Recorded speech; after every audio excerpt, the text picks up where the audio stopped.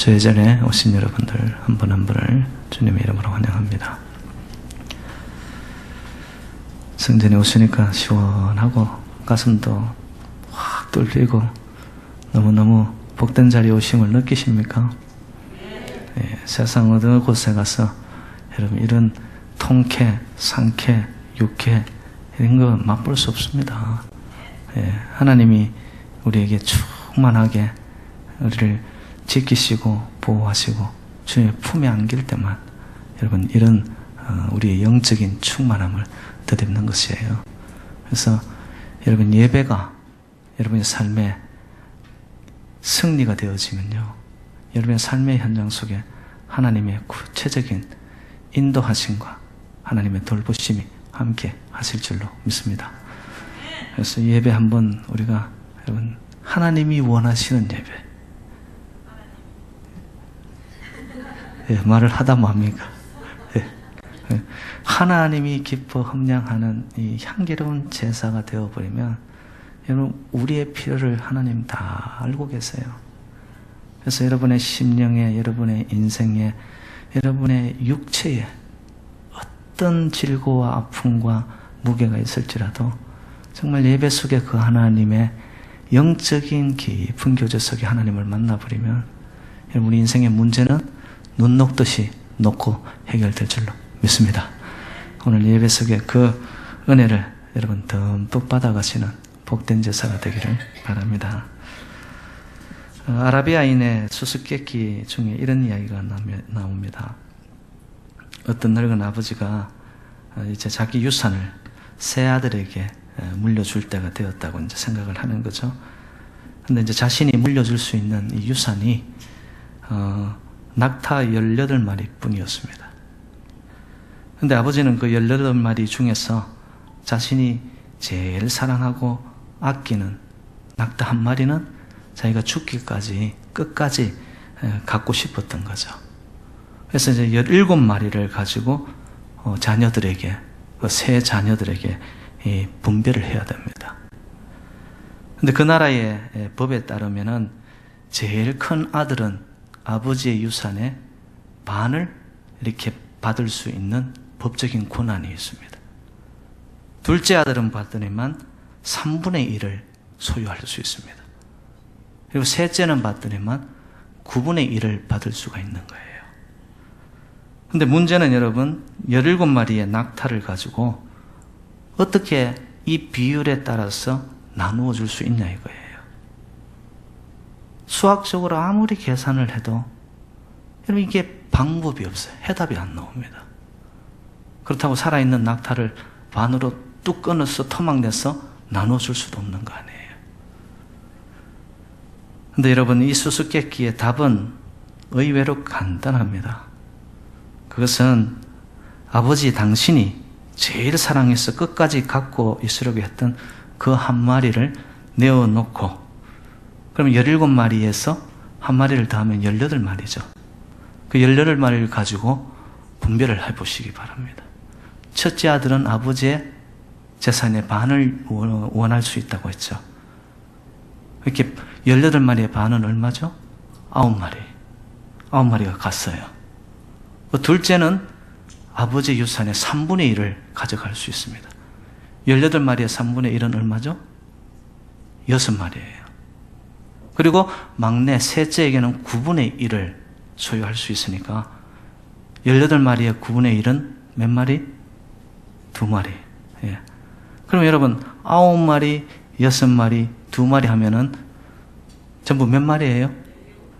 17마리가 되는 거예요. 흥미롭죠?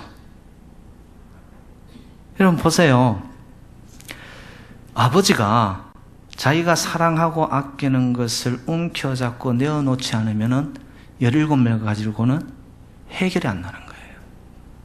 근데 이 아버지가 가지고 있는 것을 먼저 아끼고 사랑하지만 내어놓는 거예요. 그랬더니만 18마리를 가지고 다 나누어 줬는데도 봤더니만 아버지에게 돌아온 게 있어요, 없어요? 아버지도 자기가 원하는 한 마리를 가져올 수 있는 거예요. 여러분, 이 수수께끼는 정말 저희들에게 놀라운 교훈을 주는 거예요. 여러분, 인생에 많은 문제들이 어디서 나타나느냐? 내가 먼저 내어놓질 않아요. 움켜잡으려고 합니다. 나는 대접받으려고 합니다. 나는 높은 곳에 있으려고 합니다. 그러니까 거기서 경쟁이 일어나고 여러분, 분쟁이 일어나기 시작하면서 다툼은 시작이 되는 거예요. 인생의 많은 문제들이 어디서 해결점을 찾을 수 있느냐? 여러분, 내가 소중히 여긴다는 것을 먼저 나의 인생을 오픈시켜 나누고 섬겨보세요. 여러분, 인생은 정말로 물 흘러가듯이 순히 흘러갑니다. 부딪힘이 없습니다. 저는 이 수수께끼를 보면서 제 마음에 딱 와 닿은 것이 뭐냐면은 하나님 아버지의 마음이었어요. 정말로 이 땅이 중병에 걸린 듯이 모든 사람이 죄를 지어서 하나님의 영광에 이르지 못하고 의인은 없나니 하나도 없다라고 로마서 3장에서 이야기하는 것처럼 이 시대를 보면은 여러분 절망적이에요. 어느 곳 하나에서도 우리가 정말로 치열한 경쟁 속에서 숨막힐 정도로 살아가고 있는 이 시대 앞에 하나님은 그의 가슴을 먼저 엽니다.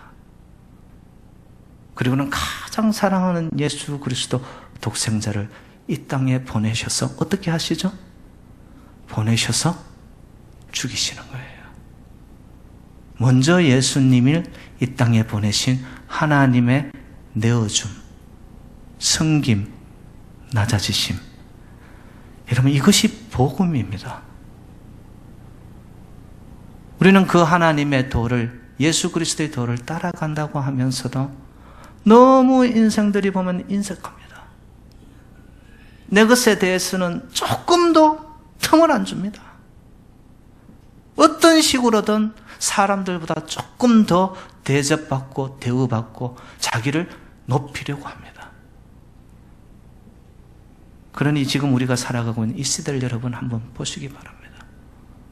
너무 빡빡합니다. 살만하고 과학은, 기술은 하늘을, 우주를 왔다 갔다 하고 여행하는 시대가 되었는데 사람들의 마음은 갈수록 메말라 갑니다. 그 이유는 뭘까요? 유명한 신학자 몰트만이라는 분이 십자가에 달리신 하나님이라는 책을 씁니다. 이 책에서 몰트만은 무엇을 강조하냐면은 십자가에는 이중적인 이미지가 있다라는 거예요. 예수 그리스도께서 고난과 순환으로 인해서 십자가를 지심으로 죽음으로 끝나는 것 같은데 그 십자가는 고난뿐만 아니라 그 속에 받들에만 하나님의 사랑이 있더라는 거예요. 여러분, 십자가는 하나님의 희생이었고 하나님의 사랑이었습니다. 그 십자가를 통하여 이루어진 구원의 도 때문에 저와 여러분들이 하나님께서 인정하는 구원의 반열에 올라서게 된 줄로 믿습니다. 예수님의 죽으심, 하나님의 먼저 내어주심과 낮아지심이 없었다면 결코 여러분 우리는 그 사랑을 맛볼 수도, 그리고 하늘의 비밀을, 천국의 맛을 볼 수도 없는 자들이라는 거죠. 오늘 본문에는 보면은 이 사실을 잘 드러내고 있습니다. 본문에 보면 명절이라고 나오는데 명절은 유월절이죠. 유월절은 유대인들에게서 가장 큰 명절입니다. 그래서 예배하러 예루살렘으로 많은 사람들이 몰려드는데 그 중에 몇 명의 헬라 사람들이 예수님을 찾아왔습니다. 왜 찾아왔는지 성경은 분명하게 이야기하지 않습니다. 그러나 이 헬라 사람들이 예수님을 만나기를 원했어요. 그래서 갈릴리 베세다의 제자였던 빌립을 만나가지고 예수님을 만나고 싶다고 연통을 넣습니다. 그래서 이 빌립이 안드레와 함께 예수님에게 와가지고 주님, 헬라 사람 몇 명이 주님을 뵙고자 합니다. 근데 오늘 본문에서 그 헬라 사람들이 찾아왔을 때 예수님이 하시는 말씀이 저희들이 주목해야 됩니다. 예수님이 이런 말씀을 하세요. 23절에 보면은 이렇게 표현되어 있습니다. 예수께서 대답하여 이르시되 인자가 영광을 얻을 때가 왔도다. 그러면 헬라 사람들이 만나기를 원해서 왔는데 예수님께서 하시는 말씀은 인자가 영광을 얻을 때가 왔다라고 이야기합니다. 여기서 우리가 놓치지 말아야 할 중요한 한 단어, 특히 요한복음에서 나타나는 한 단어가 뭐냐면 때입니다. 이 때라는 말은요, 요한복음에서 아주 중요한 모티브가 됩니다. 왜냐? 요한복음은 이 단어를 통해서 예수님의 사역을 점진적으로 설명해 나가고 있습니다. 그 때가 어디를 향하고 가고 있을까요? 예를 들어서 여러분 요한복음 2장에는 보면은 예수님께서 이 땅에 오셔서 처음으로 베푸신 기적이 어떤 사건이었습니까? 가나 혼인잔치에 물을 포도주로 만드는. 여러분 연회장에 포도주가 없다라는 것은 이젠 큰일 난 거예요. 흥이 딱 떨어지는 그 순간인데 마리아, 어머니 마리아가 예수님에게 사실을 알립니다. 그때 예수님이 뭐라고 대답하세요? 아직 내 때가 이르지 않았습니다. 때가 나타납니다. 그리고 요한복음 7장에 가보면은 형제들이 초막절에 예루살렘으로 올라가자고 할 때도 예수님이 말합니다. 내 때가 이르지 않았다. 내 때가 이르지 않았다라는 거예요. 요한복음 7장 30절에서는 무리들이 예수님을 잡고자 하였지만 손을 대는 자가 없었는데 그 이유 역시 성경은 어떻게 밝히고 있느냐? 그의 때가 이르지 않았다라고 이야기합니다. 그리고는 요한복음 17장에 가서는 예수님이 이렇게 기도하십니다. 아버지여, 때가 이르렀사오니. 요한복음을 엮어나가는 한 중요한 단어가 이 때라는 거예요. 그런데 이 때가 지층하여 가고 점진적으로 발전하여서 한 사건에 이르게 되는데 그 사건은 뭐냐? 바로 십자가 사건입니다. 여러분 제가 말씀드리죠. 신구약 성경을 쥐어짜면은 십자가에 피밖에 없다라고. 그 피가 바로 사랑이거든요. 근데 요한복음의 핵심인 그 때가 나아가는 사건이 뭐냐면은 십자가 사건으로 지금 나아가고 있더라는 것이죠. 헬라 사람들이 자기를 찾아온 것을 보고 이제 그때가 되었다는 사실을 말했는데 예수님은 헬라 사람들이 찾아온 그 사건을 하나님의 사인으로 받아들이는 거예요. 그리고는 너가 십자가에 매어 달려 죽어야 할 때가 이르렀다라는 것을 감지하는 거예요. 그래서 예수님께서는 이렇게 표현하죠. 인자가 영광을 얻을 때가 왔도다. 그리고 오늘 읽진 않았지만 27절에는 이런 표현을 합니다. 내가 이를 위하여 이때에 왔나이다. 이를 위하여, 십자가의 사건을 위하여 예수님은 이때를 바라보고 오셨다라는 거죠. 그래서 주님은 제자들에게 비정한 각오로 이렇게 말씀을 하시는 것이 바로 여러분 24절 이 말씀은 예수를 믿거나 안 믿거나 너무나 잘 알려진 말씀입니다. 진실로 진실로 너희에게 이르노니 한 알의 밀이 땅에 떨어져 죽지 아니하면 한 알 그대로 있고 죽으면 많은 열매를 맺느니라. 여러분 이거는 어느 누구나 다 하는 말씀이에요. 여러분 어떤 씨앗이든지 그것이 땅에 떨어져서 그대로 있으면 하나의 열매도 못 맺습니다. 당연히 땅에 떨어지게 되면 땅 안에서 이것이 껍질이 벗겨지며 속에 있는 내용물이 썩어 없어지면서 뿌리를 내립니다. 줄기가 납니다. 잎이 납니다. 꽃이 핍니다. 열매가 맺습니다. 여러분 이건 자연 법칙이죠. 하나님의 순리의 자연적 법칙이에요. 그런데 여기서 예수님은 영적인 깊은 원리를 말씀하고 있는 거예요. 그 원리 세 가지만 제가 나누도록 하겠습니다. 첫 번째 우리가 배워야 할 원리는 뭐냐면은 십자가의 원리입니다. 24절 말씀을 제 말로 이렇게 한번 바꾸어 봤어요. 예수님이 그 말씀, 그 현장에 있었던 자들을 향하여 이렇게 말씀하시는 것 같아요. 자, 보라. 한 알의 밀이 땅에 떨어져 죽지 아니하면 한 알 그대로 있다. 마찬가지로 내가 십자가에 죽지 않는다면은 너희들에게는 구원이 있을 수 없다. 여러분 아멘이십니까? 예수님이 십자가에 죽으셨기 때문에 구원이 우리에게 임한 거예요. 또 말씀을 이래 합니다. 그러나 한 알의 밀이 땅에 떨어져 죽으면 많은 열매를 맺듯이 내가 십자가에서 죽어야만 한다. 여러분 십자가는 죽음으로 끝나지 않았습니다. 한 알의 밀알이 땅에 떨어져 썩어 없어져서 아무것도 없는 형체로 끝나버립니까? 아니죠. 예수님이 십자가에 죽으심으로 그걸로 끝났다면 거기에는 기독교의 생명도 없습니다. 그렇지만 죽음 이후에 예수님께서는 부활하시고 수많은 영혼들을 구원하는 구원의 도를 십자가를 통하여 이루신 거예요. 그래서 한마디로 표현하면 예수님이 이 땅에 오신 목적이 뭐였냐? 십자가라는 거예요. 십자가. 예수님이 십자가에서 죽어야 이 땅의 수많은 영혼들을 구원할 수 있었고요. 만약 예수님이 십자가에서 죽지 않았다면 어떻게 되었을까요? 저와 여러분들에게도 구원의 감격이 있을 수도 없는 거예요. 만약 예수님이 십자가에서 죽으시지 않으셨다면 제 생각에는 예수님은 위대한 스승, 위대한 사상가, 위대한 지도자는 될 수 있었지만 구원자는 될 수 없고 하나님의 뜻을 이 땅에서 이루어내신 하나님의 아들은 될 수 없습니다. 여러분 이 땅에는 위대한 학자들, 위대한 사상가들 굉장히 많습니다. 그러나 그들은 죄의 문제를 해결할 수 없어요. 구원이 그들에게 있는 게 아닙니다.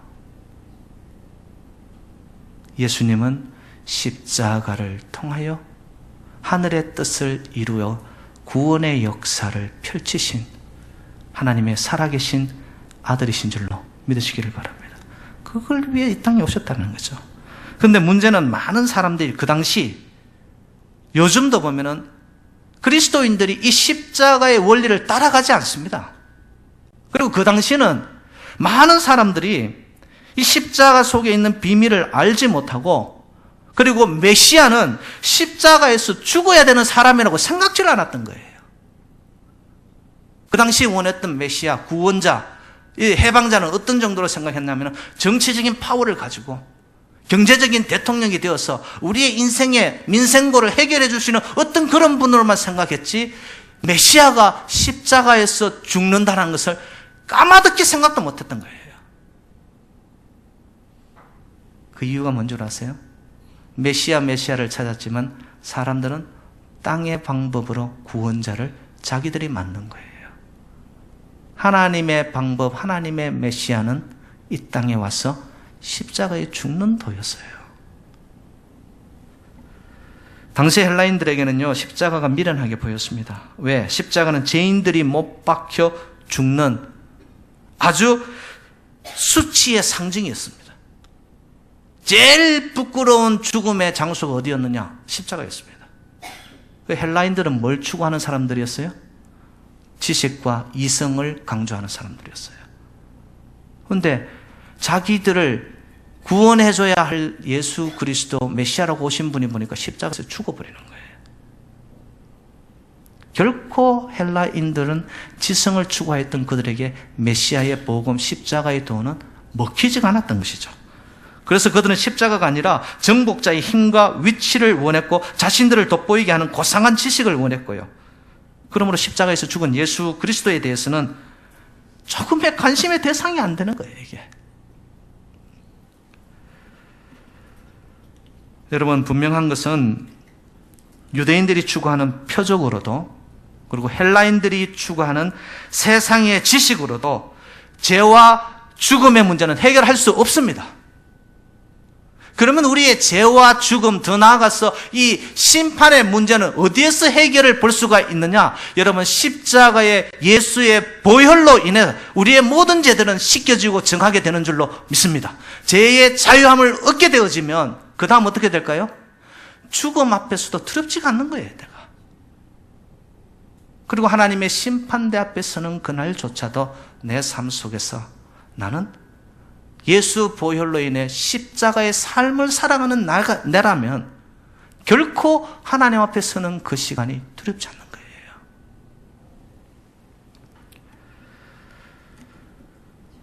성도들에게 가장 필요한 것이 있다면, 이 시대의 성도들이 회복해야 할 것이 있다면, 저는 십자가의 도를 따라가는데 그 십자가가 구원의 능력으로 체험되어져야 됩니다. 내가 교회 다닌다고 하면서도요, 예수 안에 있는 십자가의 그 죽음의 자리까지 내가 포개어져서 온전히 십자가를 체험하지 않잖아요. 그럼 어찌 보면 우리는 알맹이 없는 껍데기 신앙입니다. 여러분, 십자가가 구원의 능력이 됨을 믿으십니까? 이건 저의 말이 아니에요. 고린도서 1장 18절에 보면 사도 바울 선생의 이야기입니다. 십자가의 도가 멸망하는 자들에게는 미련한 것이요 구원을 받는 저와 여러분, 우리에게는 하나님의 능력이 되는 줄로 믿습니다. 미련한 자들에게는 십자가의 도가 이건 왜 저래? 저기서 뭘 바라볼 수 있어?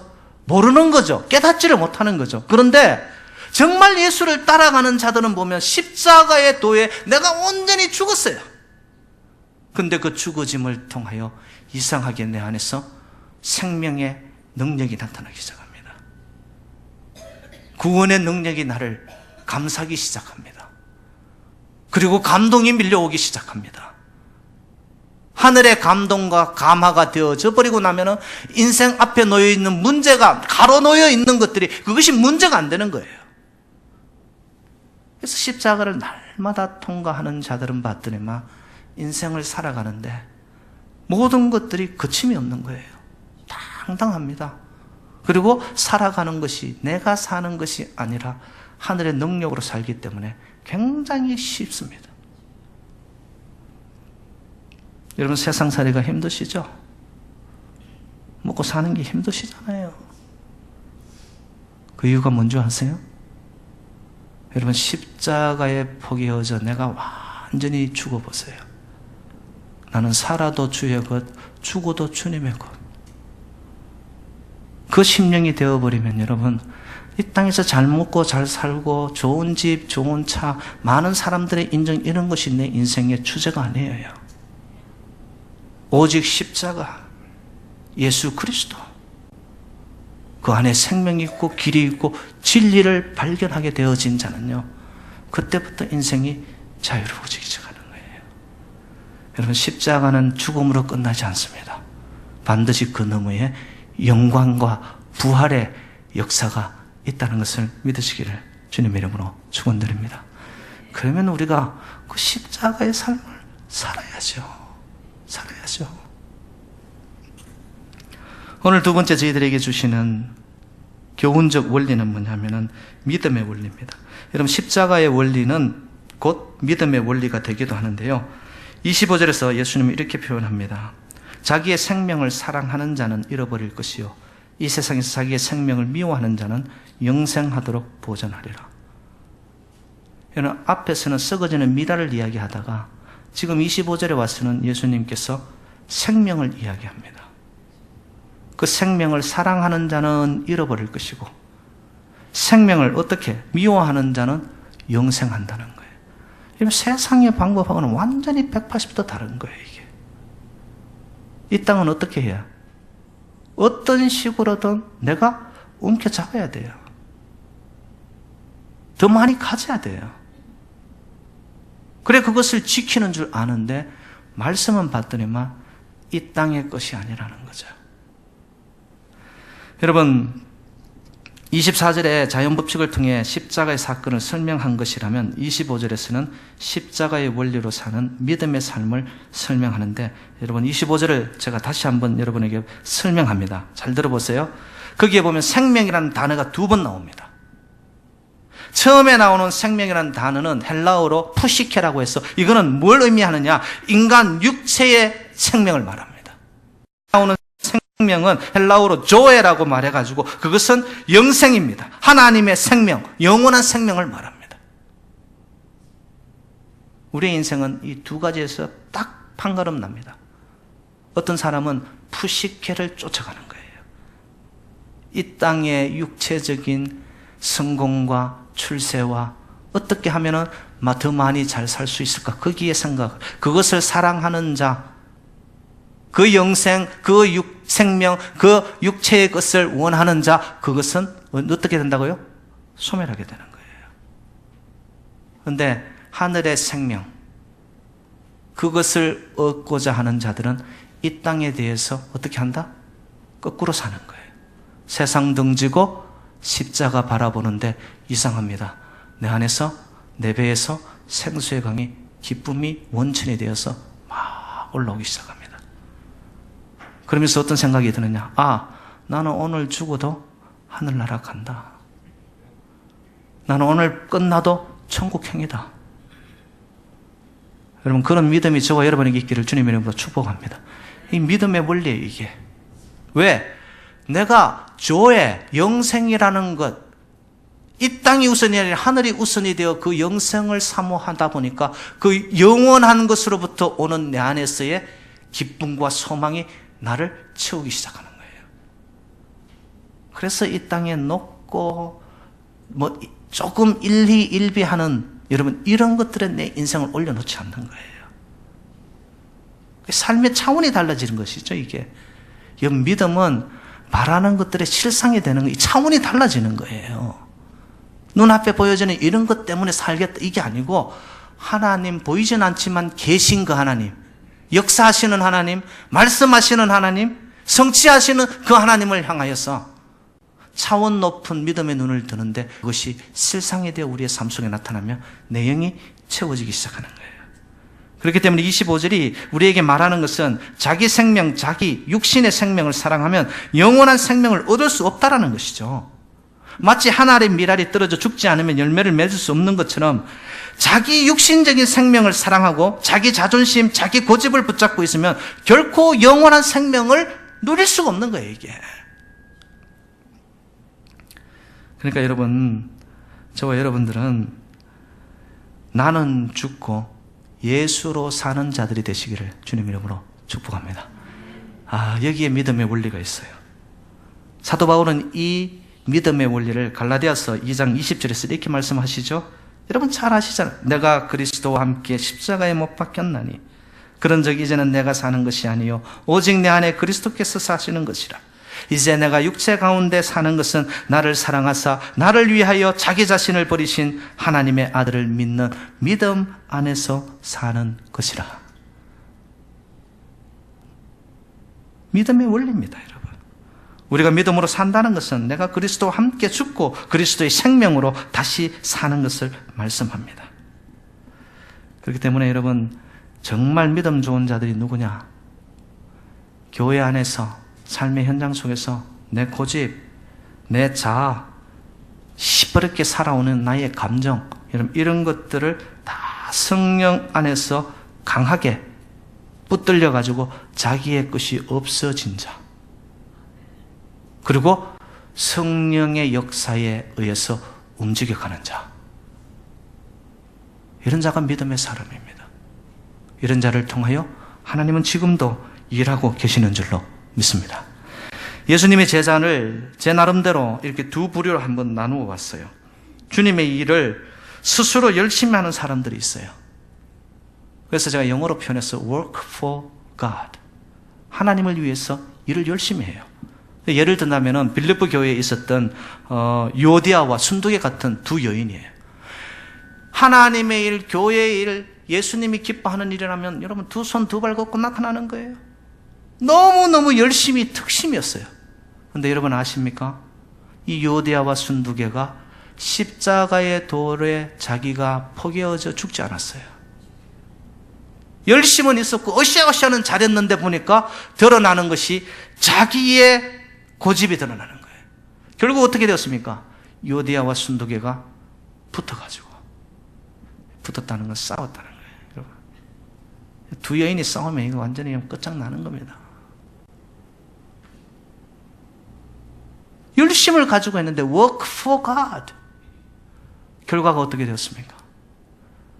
그런데 예수님의 제자에 또 다른 부류가 있습니다. 그는 봤더니만 자기는 없어져요. 주님이 자신을 통해서 일하도록 하는 work in God. 대표적인 예를 든다면 사도 바울입니다. 사도 바울은 여러분 아시잖아요. 나는 날마다 죽노라. 내가 자랑 삼을 것은 예수밖에 없더라고.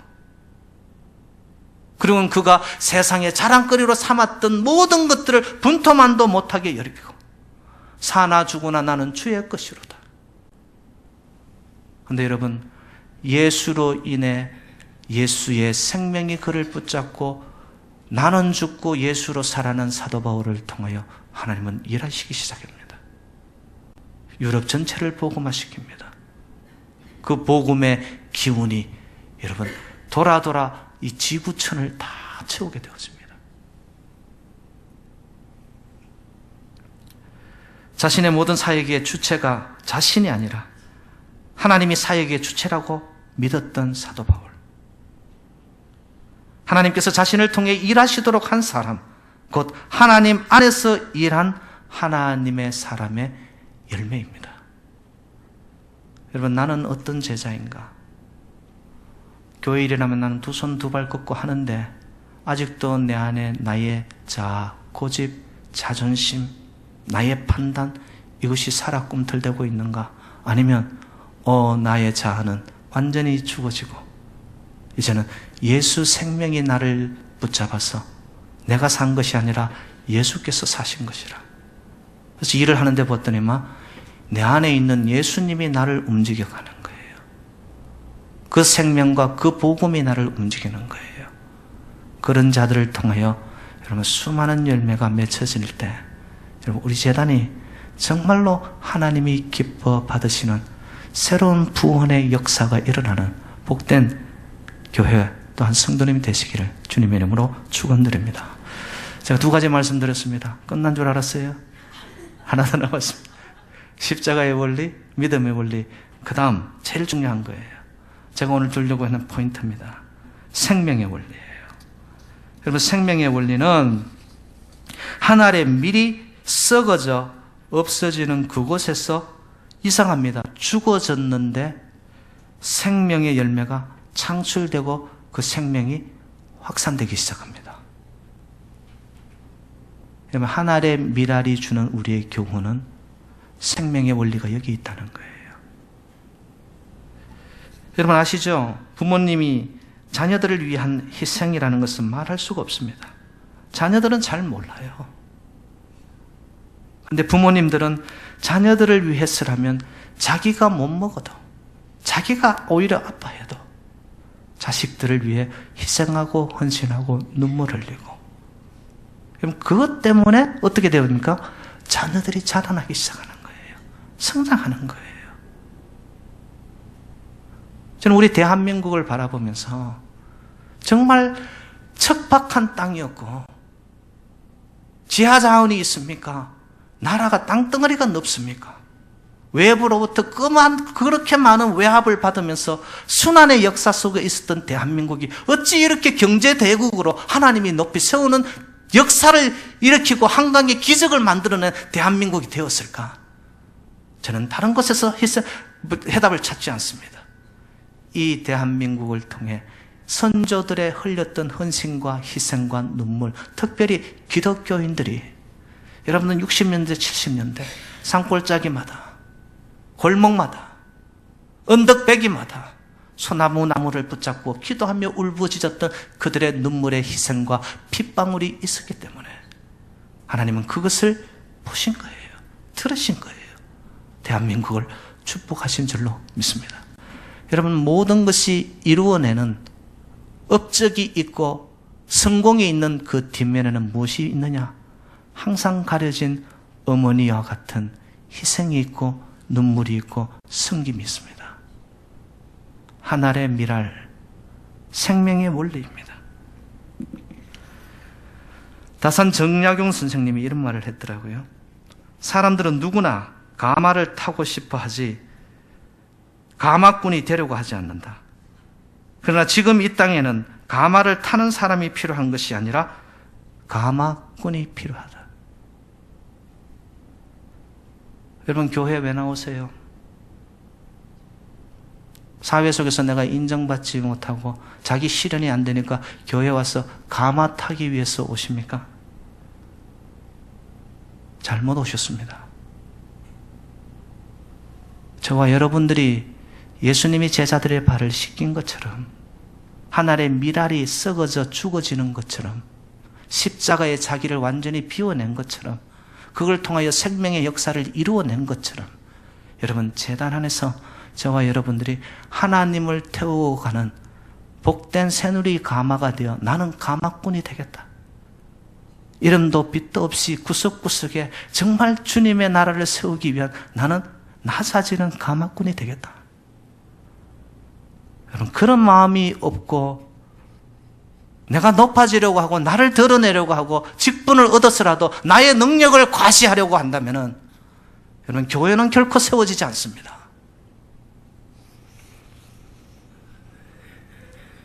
자기의 것을 내놓는 희생과 섬김 없인 어떤 역사도 이루어낼 수 없다라는 것. 오늘 저희들은 공동회의를 통하여 우리 재단의 안수 집사님들 일꾼을 선출할 겁니다. 여러분, 오늘 말씀을 잘 기억하십시오. 먼저는 내가 그런 사람이 되어야 되겠구나. 그리고 일꾼들이 정말 썩어지는 하늘의 미랄이 되기까지 십자가를 통과한 사람인가? 그는 죽고 예수가 살아있는 사람인가? 그 사람은 어떤 상황 속에서도 예수와 하나님의 나라의 일을 위해서는 희생하고 섬기고 자기를 비워낼 수 있는 사람인가? 여러분, 그것을 철저히 잘 보시기를 바랍니다.